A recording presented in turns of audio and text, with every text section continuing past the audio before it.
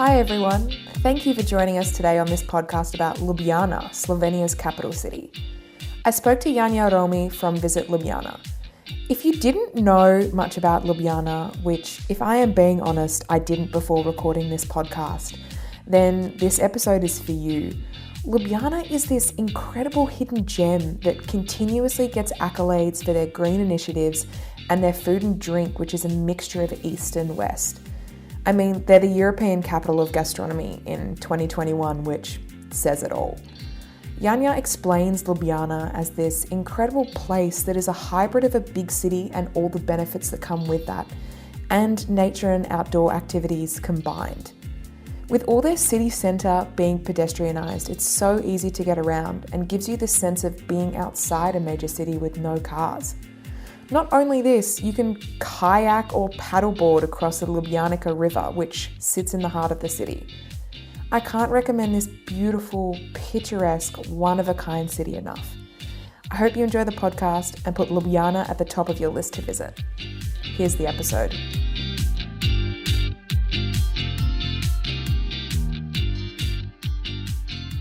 Hi Janja, welcome to the podcast. It's great to have you on.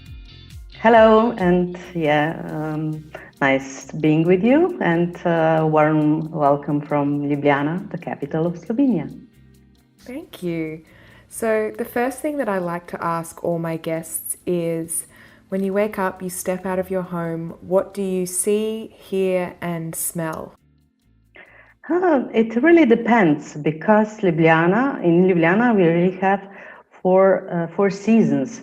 So right now it's autumn and it's getting a bit chilly in the morning, 10 degrees Celsius, but during the day it's nice and warm. So in the morning you have to wear a jacket, and for the lunchtime you are free to go around without a jacket.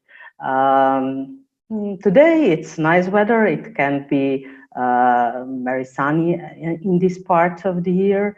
But then in December, winter is coming, and we can have snow in Ljubljana as well. And spring, it's very nice when everything starts getting green again.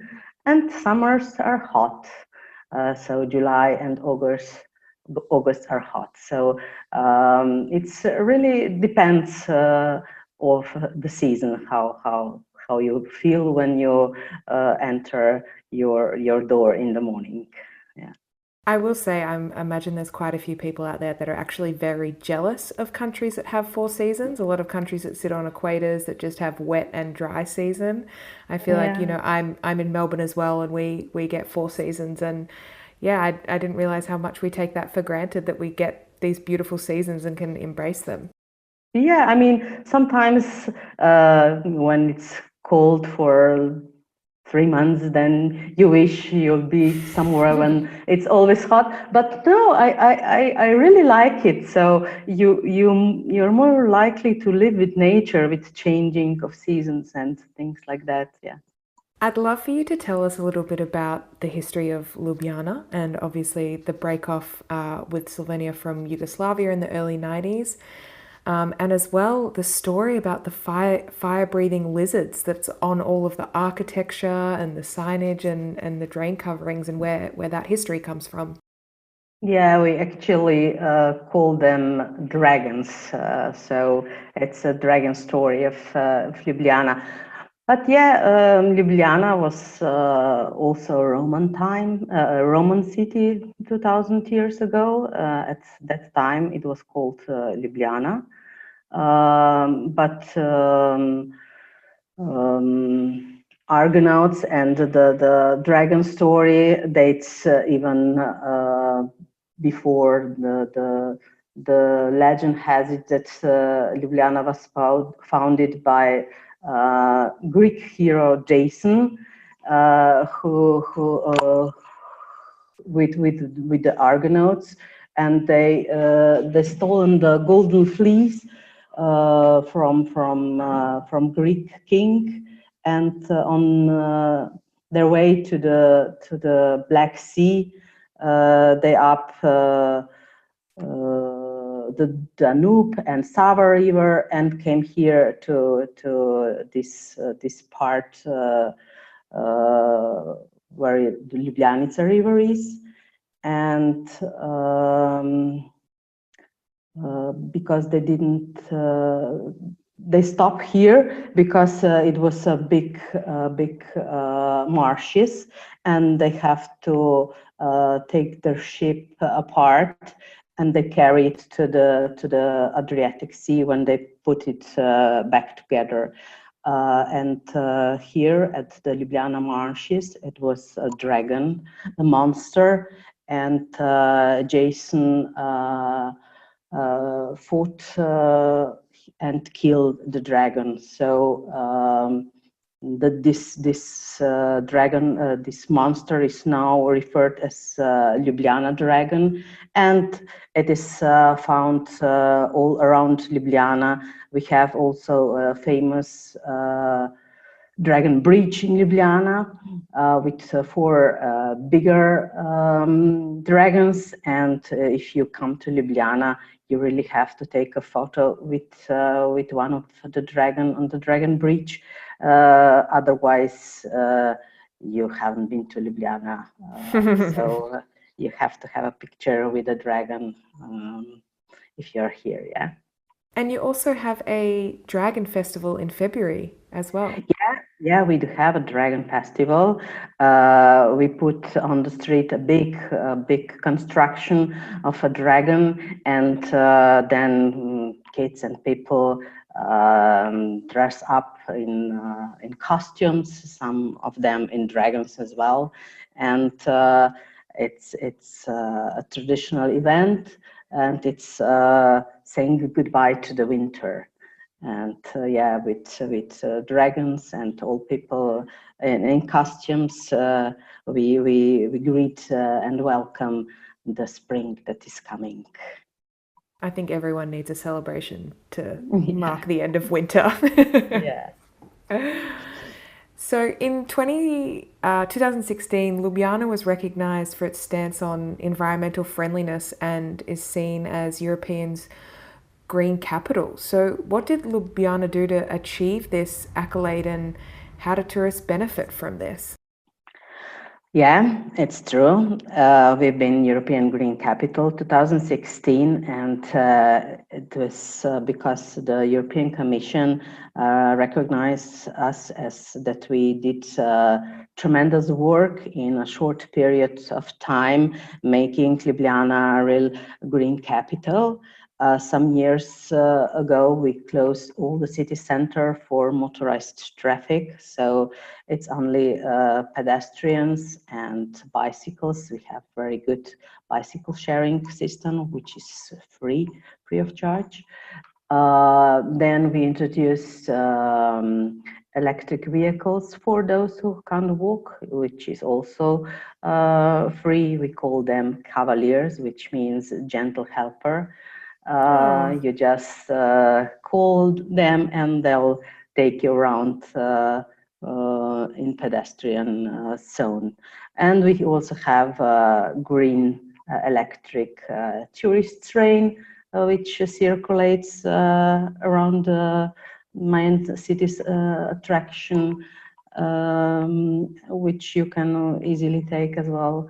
And we or city make great work around Ljubljanica river embankments. They introduce a big work and make a reconstruction of them, and now there are really nice walking paths all around Ljubljanica river on embankments of the river. And the other thing that is that really make us green destination is our zero waste promise. So we put all the waste underground, so you can't see any waste on the streets, because all the waste is is underground. So and this is also tourist attractions. So people came and watch this, and we have a very good system of collecting waste. So we really recycle. Also in my office, I have 4 or 5 separate waste boxes. So we, for everything, we really collect and separate. And That's great. It's everywhere, in school, in kindergartens, on the street. Yeah. So we really want to be zero waste destination. Yeah. And the other thing is our green philosophy about food, and we introduce this. From the field to the table philosophy, and we got in touch with local producers and make contact, introduce them to restaurants, to hotels, to school, to kindergartens, so that they really take the goods from local farmers, and it's not a lot of food that is coming abroad, but it's really a local food that is consumed in our homes, schools, kindergartens, hotels, restaurants. Yeah, that sounds fantastic. Congratulations on achieving that. That's a really incredible accolade for your city. That's wonderful. Thank you. And Ljubljana boasts as well a really exciting creative arts and music scene, with the forefront of that being the Melitikova Mesto Autonomous Cultural Zone. Did I pronounce that correctly? Yeah, Metilkova Mesto, we say. Yeah. Okay. Yeah. So what's the best way for tourists to participate in that scene?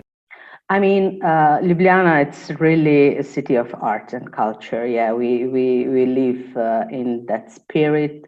And this year, when we've been in lockdown for a couple of months, we were all eager in June and July, where events finally started, because yeah, we are used to them. It's a lifestyle.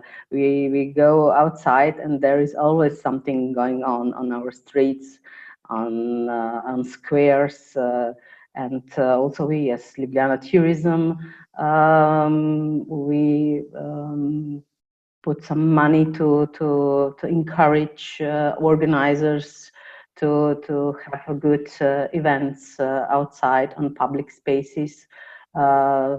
Sport, culinary events, art, music, all of them. But yeah, when the weather is it's not so nice, so warm, there are lots of things going on indoors as well. So we have a very good philharmonic orchestra, opera, ballet, and as you mentioned, some alternative culture at Metilkova Mesto, so Metilkova city.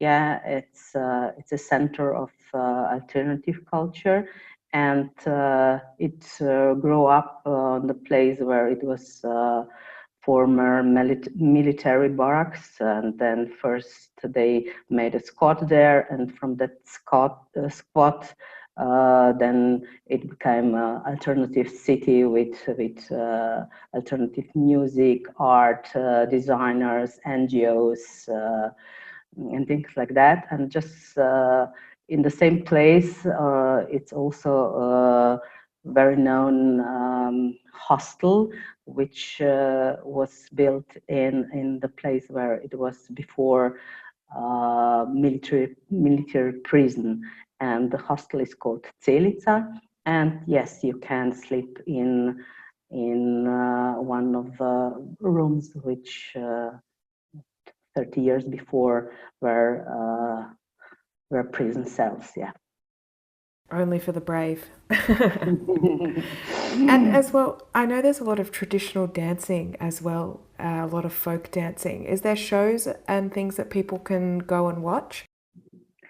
Yeah, there are folklore shows with dinners, and not far from Ljubljana in Kamnik, which is also in central Slovenia region, so half an hour drive.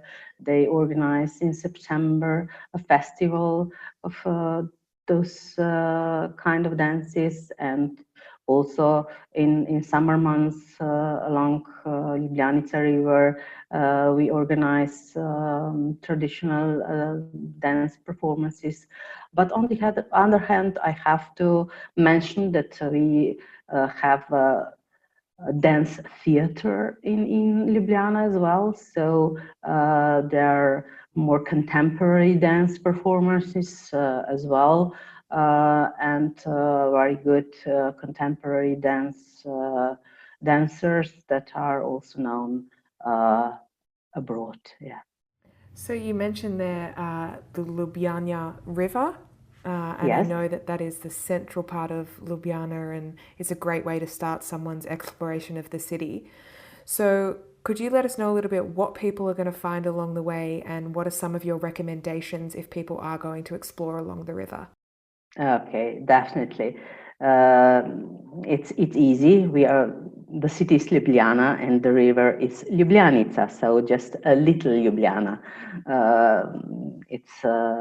It's a green vein of the city, so it's a lot of cafes and restaurants alongside. So it's really relaxed atmosphere, very vibrant, and there's a lot of activities that can be done on the river as well.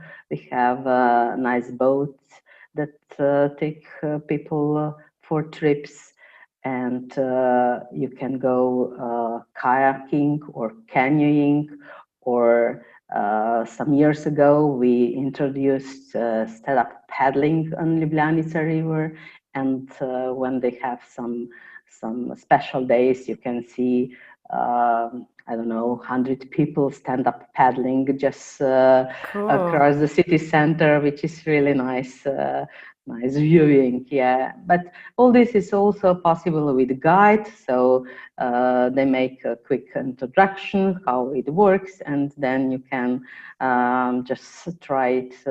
And yeah, it's a completely other perspective of the city. So you see the city from another angle. Yeah, and the bridges, which are really special in the city center, you can see them from other perspective. Yeah.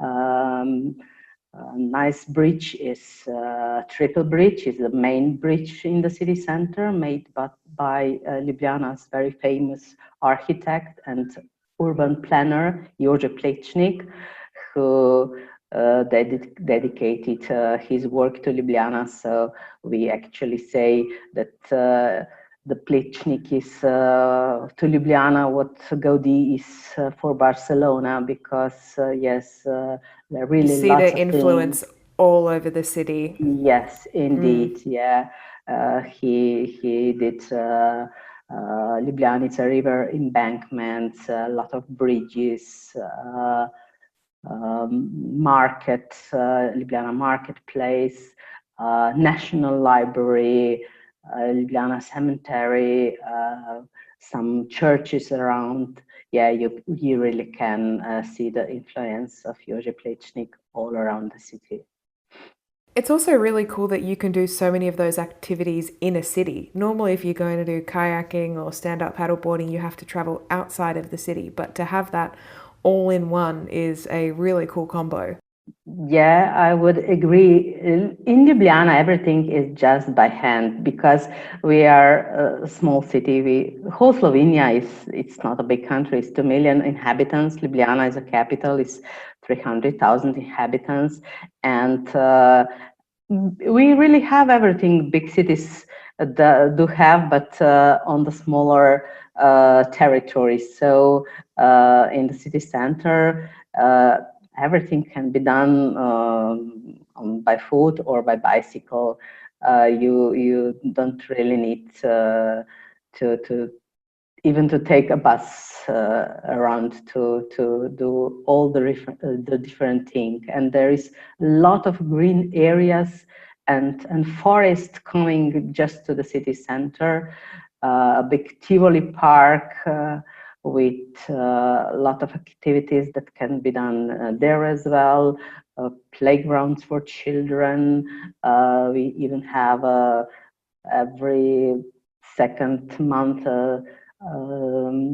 another photograph exhibition there. It's possible to walk, to run, to play tennis, to play mini golf. In the winter, there is a possibility for ice skating, and yeah, and then up from the Tivoli Park, there is Rožnik Hill, and you can go a bit uphill as well. So, but in the city center, everything is flat, so it's really easy walking. That's great. Sounds easy to get around. So, how long would you recommend people to visit Ljubljana? Yeah, for the city itself, I would recommend 3 days if you just want to get a picture of it, but then there is a lot of nice things just at the outskirts of the city, like Velika Planina, the oldest shepherd settlement in Europe, or Mayor's Cave, nice underground cave, or some beautiful castles around, like Bogensberg or Bistra Castle, with technical museum where you can see some cars from Tito, the former Yugoslav president, still, and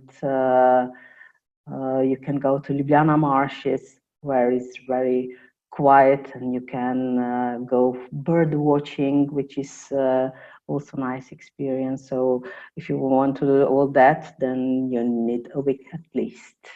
Yeah, I've got to say, you've listed a huge amount of activities, Janja. I imagine people are going to need a lot more than 3 days to get through all of those awesome activities. And another fantastic thing is that Ljubljana, and I mean Slovenia, is going to be the cultural and gastronomic capital of Europe in 2021, which is so exciting. And I know you touched a little bit about on farm to table food earlier, but what are some of the traditional Slovenian dishes that people have to try when they come visit? Yeah, we are really proud of our food, and in Ljubljana we have a mark, Taste Ljubljana. So we managed to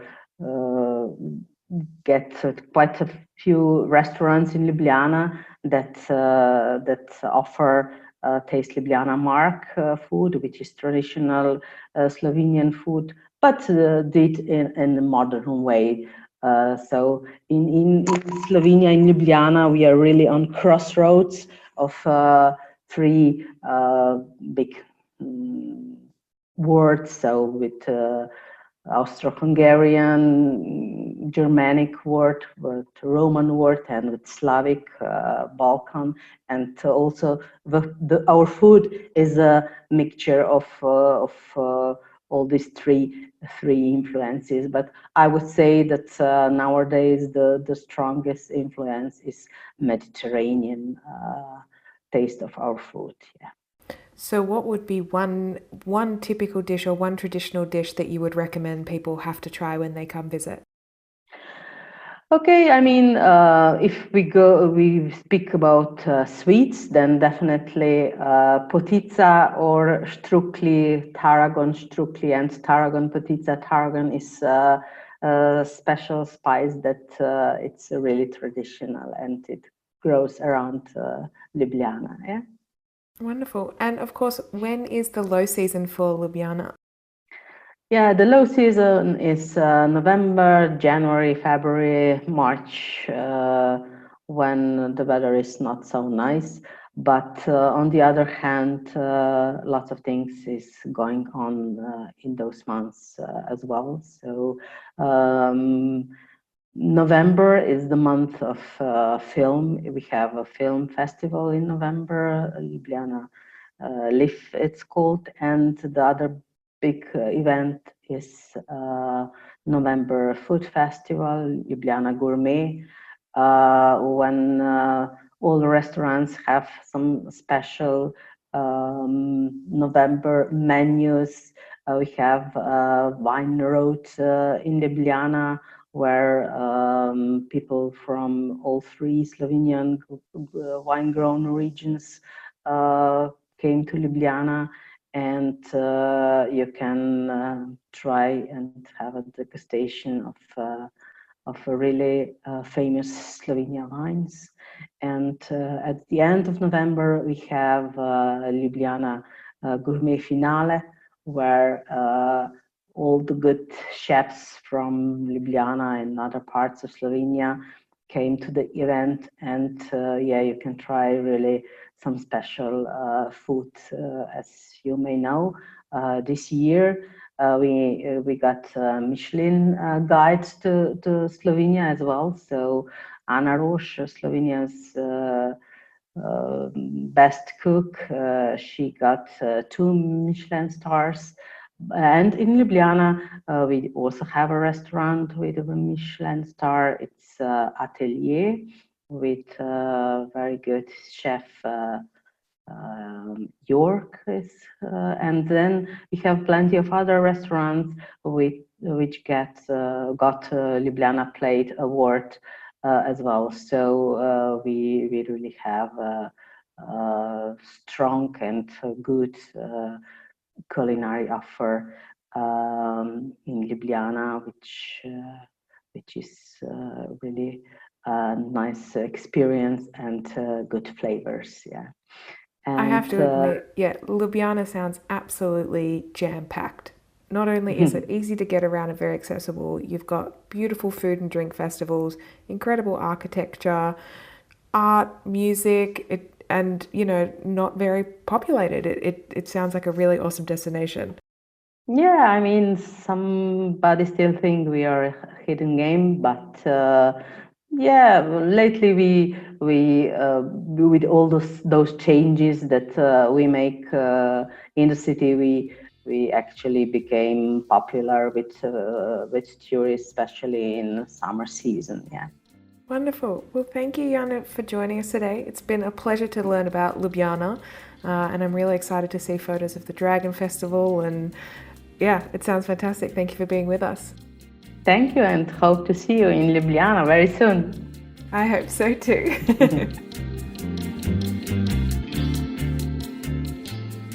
Another big thank you to Janja for joining us today on the podcast. It was an absolute joy to learn about Ljubljana. Thank you for listening today, and if you have any suggestions of destinations that you'd like to know more about, or any feedback or questions for us, make sure to message us on our social channels @LowSeasonTraveller.